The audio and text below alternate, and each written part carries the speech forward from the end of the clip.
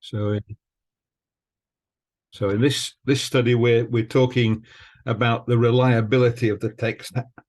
How reliable is the text of the New Testament, and how do we know how reliable it is? So it's one of the big comments on the New Testament, the big attack on it, is the idea that it's been changed so that we can't really know what the apostles or what Jesus said, because quite simply what we have now has been altered in small bits over the centuries until it's quite different from what it was. There's a couple of books written by Bart Ehrman which make this case that the New Testament is really so unreliable it doesn't matter. There are one or two academic ones that say the same sort of thing. These are much more muted. If you read the academic ones, you'll see that it's talking about there's an idea that you might have to take in mind when you're looking at a set of variants. Which variant should you choose? That it's possible that one of the variants has been chosen in the past because it supports orthodox teaching, but it's not these. It's not that the whole of the scripture has been corrupted. So the academic studies are much more muted about it. You'll notice the Brooks Mesker one talks about the restoration of the text, claiming that we have the text as it originally was. So only a few scholars that claim that the text of the New Testament has been corrupted, but the skeptics have picked that up, and you'll find that appearing all over the internet. You find yourself talking to people who object to the text of the New Testament as we've got. But when you look at the evidence, in fact, the evidence is that the text that we have now is pretty well the same as the text that was written by the apostles. And the big statement is we don't have the originals of the New Testament. We don't even have copies of the originals. What we have is copies of copies of copies at the end of a long chain of transmission. And it's likened to the party game, which in Britain is called Chinese whispers. In America, I understand, is called telephones, where someone starts off with a sentence and they whisper it to the next person in the chain, who then whispers it to the next person, and so on. And in the end, you reveal what's been passed along, and it's quite different from whatever it was that was spoken at the start. And the claim is that the New Testament is like that. It's been copied so many times that what's in it isn't like what was originally there. In fact, the transmission of the New Testament text isn't like the game of Chinese whispers at all. First of all, there are many parallel cases in the New Testament. So each manuscript isn't a copy of the previous one. It's a copy of a different manuscript completely. And there are many parallel transmissions. And from time to time, people would compare different manuscripts with one another. And in fact, if you're in a church service, they might read from one manuscript one week and a different one a different week. And very quickly, they would do a comparison. And not only that, they would often go back to a very much earlier manuscript to check that their copying had been accurate. So a copy was made, the copy would then be compared with other manuscripts, and corrections will be put into the margin. So it's as though you've got the Chinese whispers game, except that when it's passed on, you can go back to somebody else much earlier in the chain and check that it's the same. And there are several different chains going on at once, and the people talk to one another as it goes along. But really the thing to do is to check the evidence as to how good the text is. And we have a lot of witnesses to the text of the New Testament. It's a bit difficult to work out exactly how many we've got. You go to library catalogues, they're often not quite up to date. There are databases available, but that's one source I've got, and that gives us 5,254 different manuscripts in Greek of the New Testament. But I know that there are more than 5,800 registered manuscripts in library catalogues from my own search, separate from that one. although I don't know how many there are altogether. I do know it's more than that. It's slightly awkward because sometimes part of a manuscript's in one library, another part's in another library, and they will have different entries. So the total number in the libraries isn't the same as the total number of manuscripts, just to add to the fun. But nonetheless, they're somewhere between 5,500 and 5,900 Greek manuscripts, 83 manuscripts of pre-Vulgate Latin translations of the Bible. The Vulgate was was translated in about 400 AD. So these are manuscripts that go back to a translation that's older than that. There's about 10,000 manuscripts of the Vulgate, another 1,000 manuscripts of the Coptic versions, and then we've got manuscripts of versions in Syriac, Slavonic, Gothic, Ethiopic, and so on. Other ancient languages, which is translated. So altogether, we've got about 19,300 manuscripts in ancient language translations, which we can use to translate back into Greek and produce what's called a Vorlage, which is a Greek text on which that translation was based. So there's a fair amount of information there. I reckon there's around 25,100 manuscripts around. Might be a bit more, might be a bit less, but it's still a considerable number. And it's interesting to compare that with other ancient books. So I've looked up the number of manuscripts of various other ancient works. People are quite happy that they've got the text of these. It hasn't been changed very much. So there we go. Some of them have as many as 20, things like the speeches of Livy or the copy of the Annals of Tacitus. Notice that some of them have gone off the top of the scale. The New Testament's gone off the top of the scale as well. So if I multiply the scale by 10, so an order of magnitude more, we're going to 200 there instead of 20, then the speeches of Demosthenes, don't know why that's so popular, but it is. It's 200 manuscripts of it around. 100 of the plays of Sophocles. The Iliad does better than anything else. So want to get that onto the scale, multiply the scale by 10 again, 2,000. And we've got 634 copies of manuscripts of the Iliad. New Testament still off the top of the scale, just for comparison. So we'll multiply by 10 again.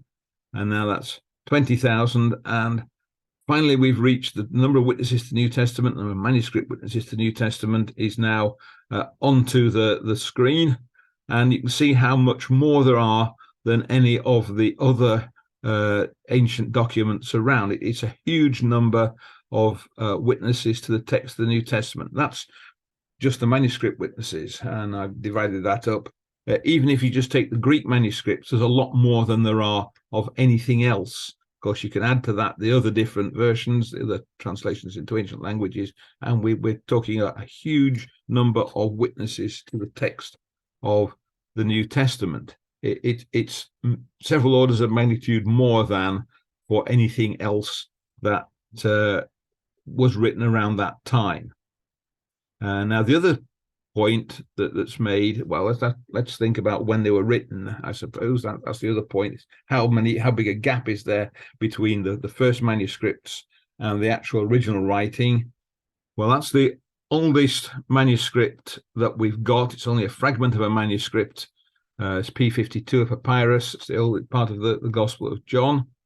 And that's copied somewhere between, it could just possibly have been in the 1st century. That doesn't seem very likely. It might just possibly be as late as 150 AD. Certainly it's within that range, probably somewhere around 120, maybe 125. People date it from the writing, and writing dating really is only to about half a century. So it's certainly probably the first half of the 2nd century, but he might just have got it into the 1st century. What's interesting is that there are a small number of people who are very keen skeptics who propose later dates, and if you look on Wikipedia or something, it will quote those. The skeptics are very loud about it, but no proper scholar would put it later than 150, and many of them would put it before the start of the 2nd century. But it's only a fragment. If you go on to want a whole book, this one's P66, which is the whole of the Gospel of John. It's got a couple of missing pages, and you can see if you look that the bottom corners are a little bit frayed, so there's letters missing at the bottom there. But nonetheless, it's pretty much the whole of the Gospel of John, and that's copied about 200 AD, maybe a little earlier. Again, just happened it last year. A skeptic said, no, it's at least 300 AD, but again, he's not an expert. He's doing it just off his general skepticism. Interesting thing, everyone always says the Gospels were anonymous. Well, every manuscript that has the first page of the Gospel of John in calls it the Gospel of John, and there it is at the start of this manuscript. The oldest ones all have the same. They're all the same name. That the only difference is it called the Gospel of John or just according to John? There's another ancient one that's tiny bit later than P66, and it's got most of Luke from Luke chapter 3 onwards, and the first 15 chapters of John. Who knows what else was in it?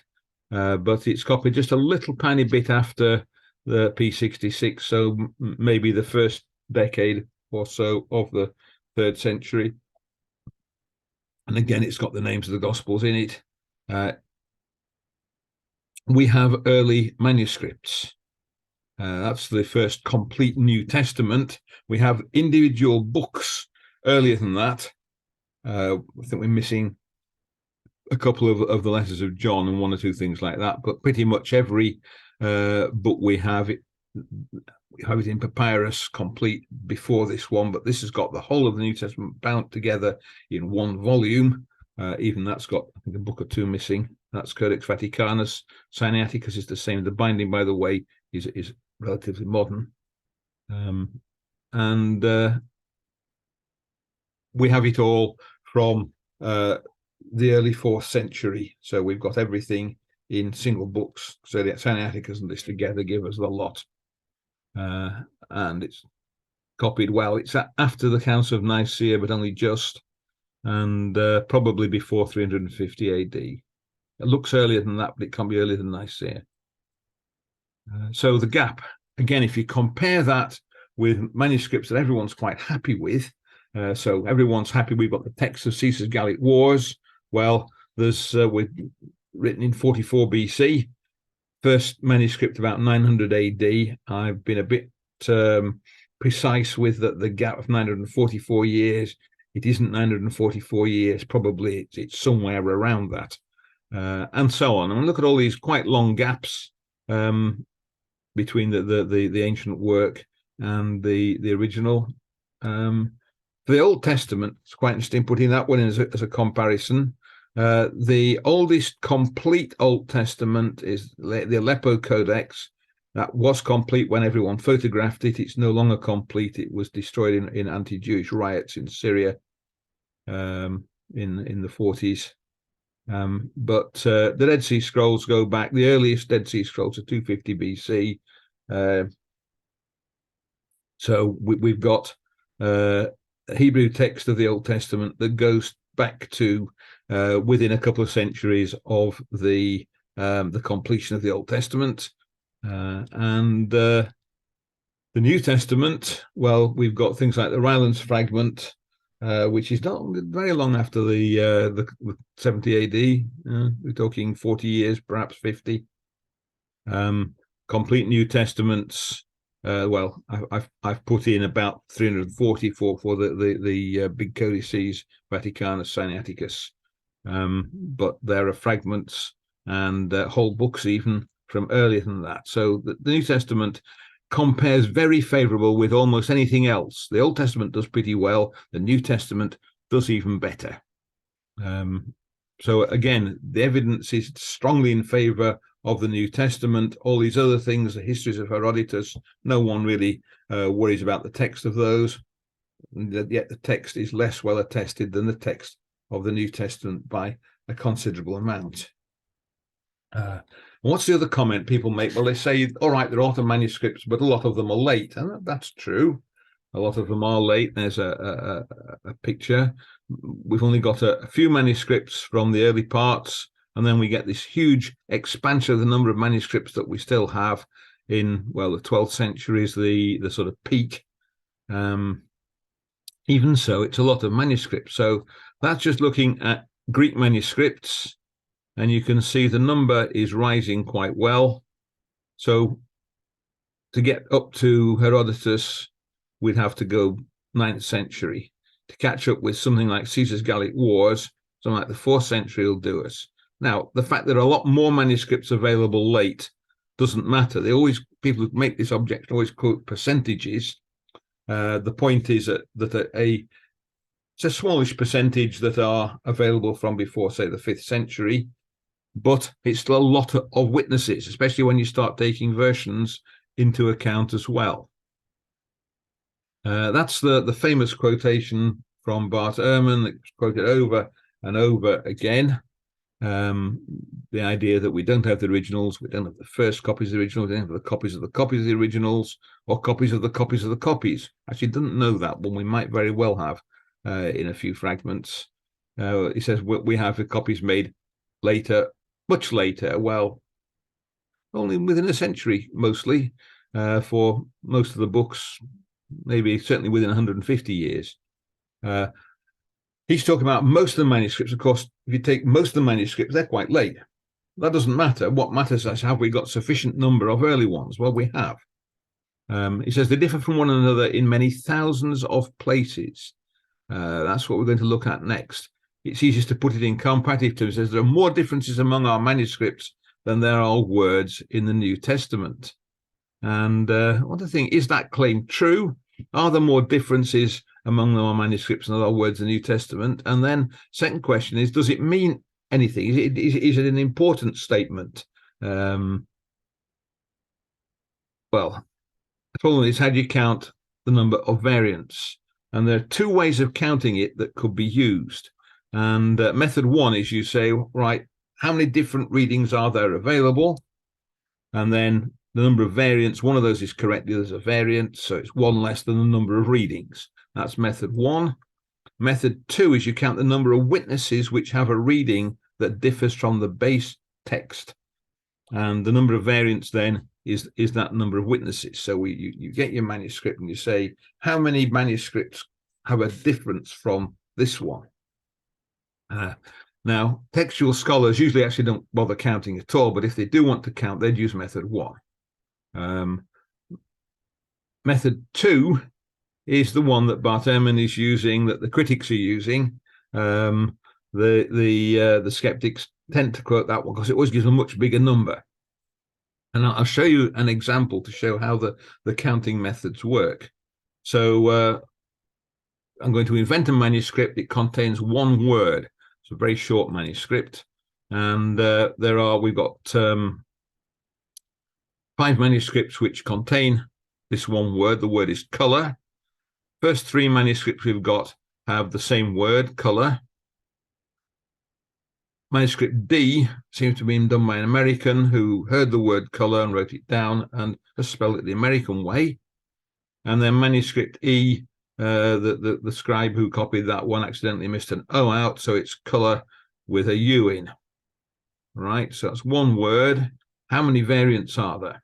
So we'll count that one using method one.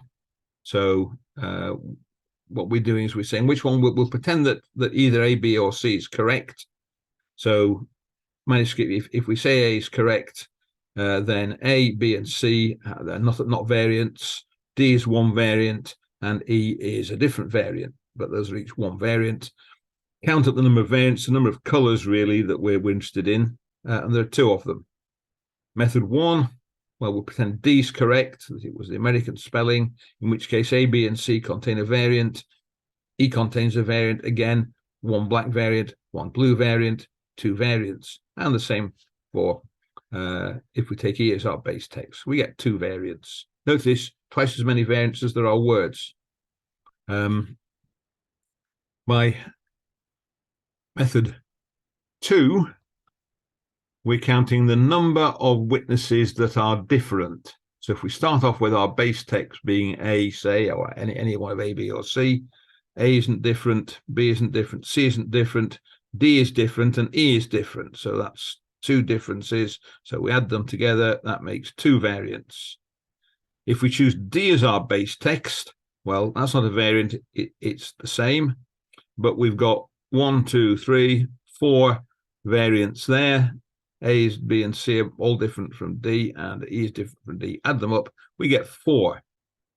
And that's the method that's used by the Sceptics, by people like Bart Ehrman, and so on. Notice that whichever method you get, there are more variants than there are words. The result depends on the base text if you're using method 2. So if you choose a different text to go from, you get a different answer. If you go from Codex Sinaiticus, you're going to get a huge number of variations because the scribe who did Codex Sinaiticus was a bit dozy, or scribe B was a bit dozy, and he couldn't spell for toffee, so almost every word's misspelt. It doesn't matter, you can still read it, you know what the word is, but he's not spelled it very well. And that makes a huge number of differences with the other manuscripts. And the other thing to note is that method 2 reports more variants, and if you're talking about thousands of manuscripts, it could be thousands of times more variants than method 1. So just summarizing what this example, we all know what that manuscript says. The variations are not really significant. Method 1 says there are 2 variants, 1 word, 2 variants. Method 2 says might be as many as 4 variants, and but we still know what the word is. We still know what it means. It hasn't changed much. 1 word, 4 variants, 4 times as many variants as there are words in the manuscript. And if we'd had an example with thousands of manuscripts, it could have been thousands of times more variants than there are words. So another problem, no one's ever actually done a serious count of the number of variants. We're working on estimates of the number of variants, and it really goes back to a chap called Lightfoot, who estimated 200,000 variants in 1963. Ehrman quotes 200,000 to 400,000. That's his estimate, but it's basically a good guess. A chap called Ben Wallace in 2013 had a go and came up with about 5 million on the method 2. I had a go by comparing the UBS text, United Bible Society's text, with the majority text, and I come up with about 3,000, well, nearly 4 million, but it's probably more than that because it doesn't really include the really way out manuscripts. But I spent maybe 20 minutes doing my estimate, probably longer than some of the others did. It's not a particularly accurate estimate. Well, there are 138,000, just over that number of words in the New Testament. So there are far more variants than there are words, but we're talking about manuscripts times variants. We're talking about the method 2 calculation, and that looks horrendous. You can get huge numbers of variants without losing the meaning at all. And that's what's gone on. The important point is that the number of method 2 variants is an almost meaningless number. But really, the interesting question is how many variants are there which are believable? You can believe that number of variants actually is true, and actually they make a difference to the meaning. That's what's important. Now, one of the ways of doing that is estimating that is to go to the United Bible Societies. They categorize variants. Category A is absolutely certain. Category D is difficult to tell. And they say what proportion of the different numbers of variants form each particular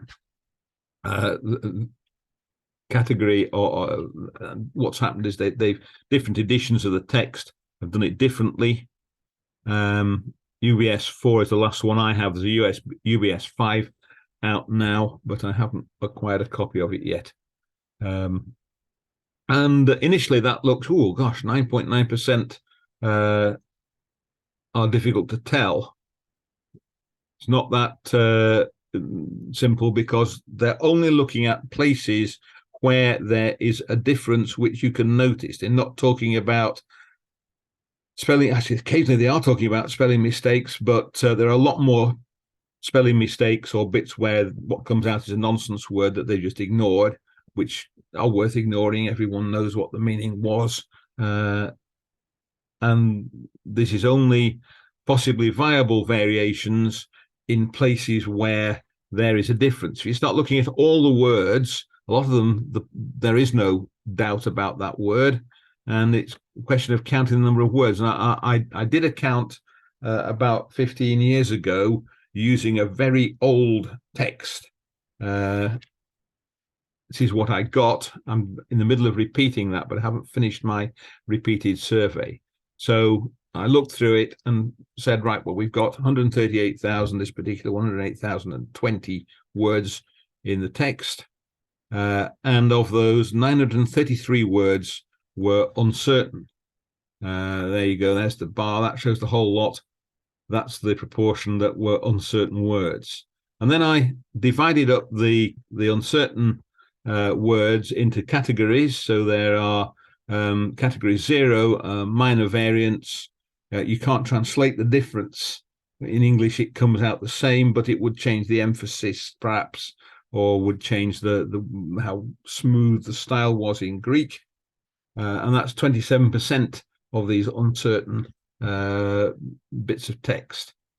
We've got single words of minor significance, only 7%. Single words we actually give some change to the meaning. Got 10% of them make that, 87 words.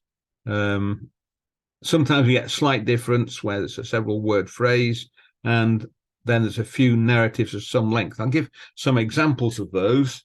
So the category 0 example, 27% of the doubtful text.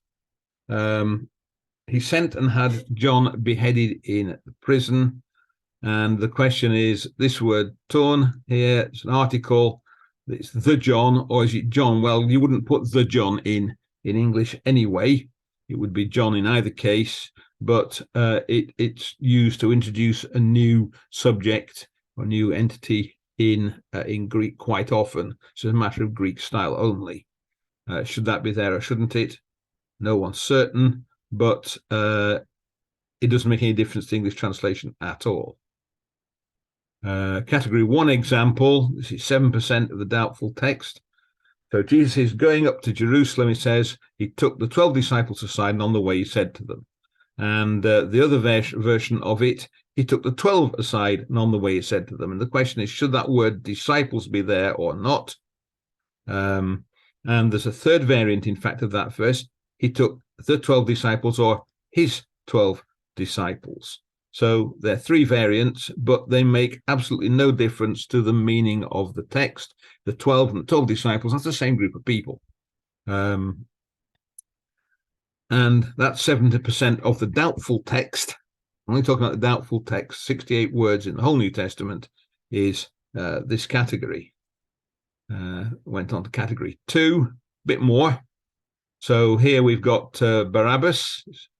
And some manuscripts have Jesus Barabbas instead of Barabbas. And you can, not many manuscripts, but you can understand that people might want to leave the name Jesus out at this point, because it's the name of Jesus, and they don't want to stick that onto a prisoner. So it's doubtful, but again, it doesn't make a huge difference to the meaning of the text. What it does is it leaves you doubtful as to whether Barabbas was just called Barabbas or whether his name was Jesus Barabbas.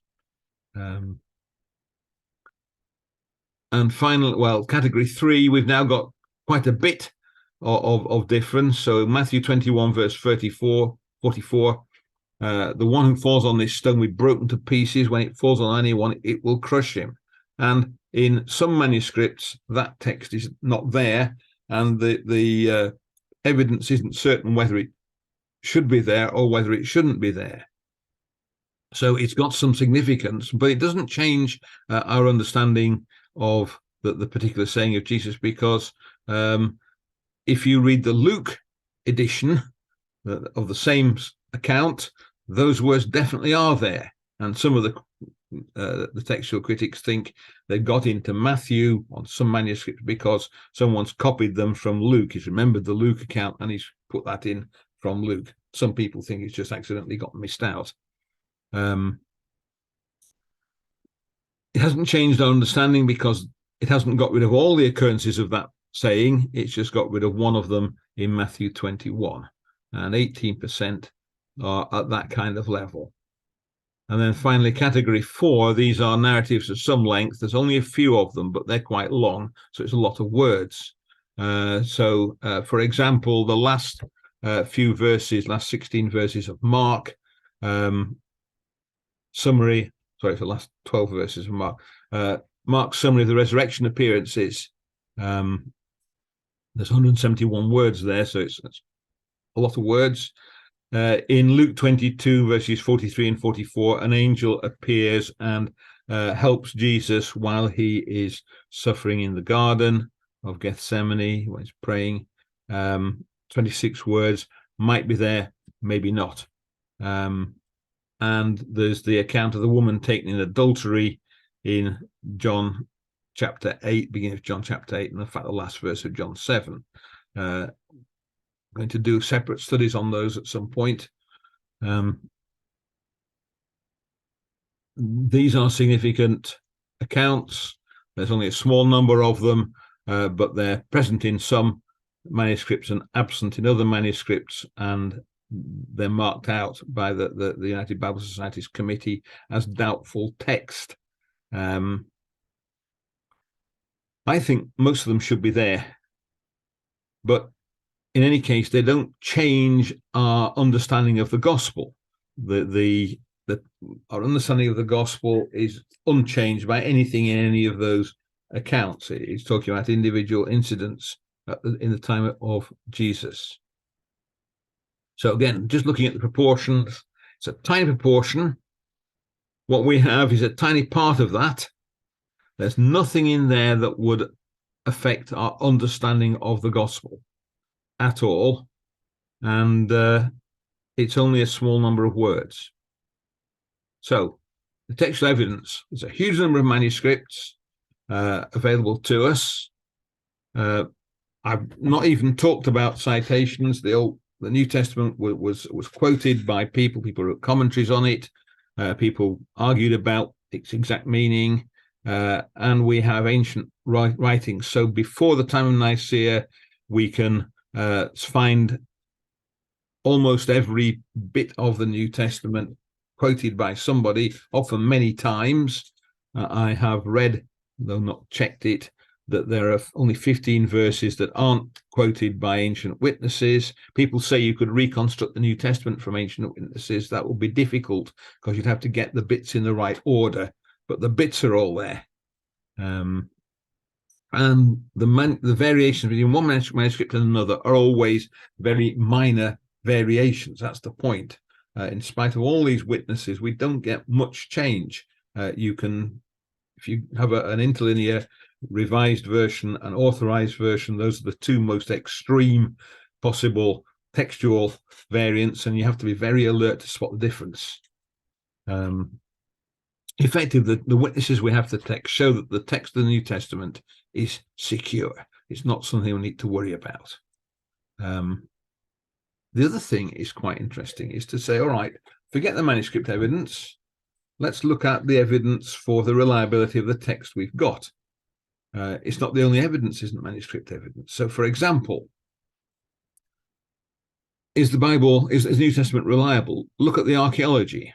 And we have a whole lot of references to people, to places, to customs. What they show us is that the text we have now gives a very good picture of life at the time of Jesus. The places described are the way that the archaeologists have discovered it. If the text had been changed a lot in between, then our modern Bible wouldn't reflect the ancient scene that we've got. It would have lost its picture. So that picture is based on the modern text. We can show the modern text is reliable, which must mean that it's been copied correctly from its original version. Same thing with undesigned coincidences. Undesigned coincidences compare tiny details in the text with tiny details, insignificant details in other texts, other parts of the Bible, or maybe other places in the same bit, but nonetheless they're independent and insignificant details.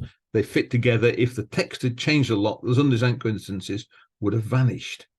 And the other thing is that you can find evidence of the language of the day. So you can show that while Jesus undoubtedly spoke Greek sometimes, a lot of what he said was said in Aramaic.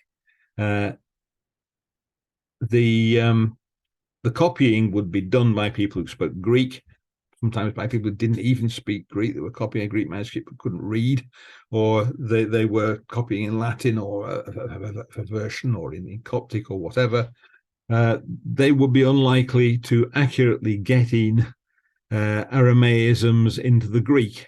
There they are. Again, it's evidence that the text hasn't changed very much since. So the evidence that we use to show that the text is a reliable historical picture of what was said and done by Jesus, of the places he was in, also show the text hasn't changed since, because we're using the modern text for that comparison. If the text had been corrupted, all those would have disappeared and we'd have an unreliable New Testament. The fact we show the New Testament's reliable shows the text hasn't changed very much.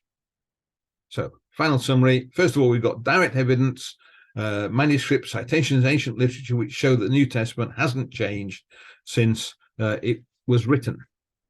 We've got this indirect evidence, so archaeology, undesigned coincidences, linguistic fossils, which show that the modern text is reliable, which means it hasn't changed. So we can conclude that the modern text hasn't been corrupted in any significant way. And there we go.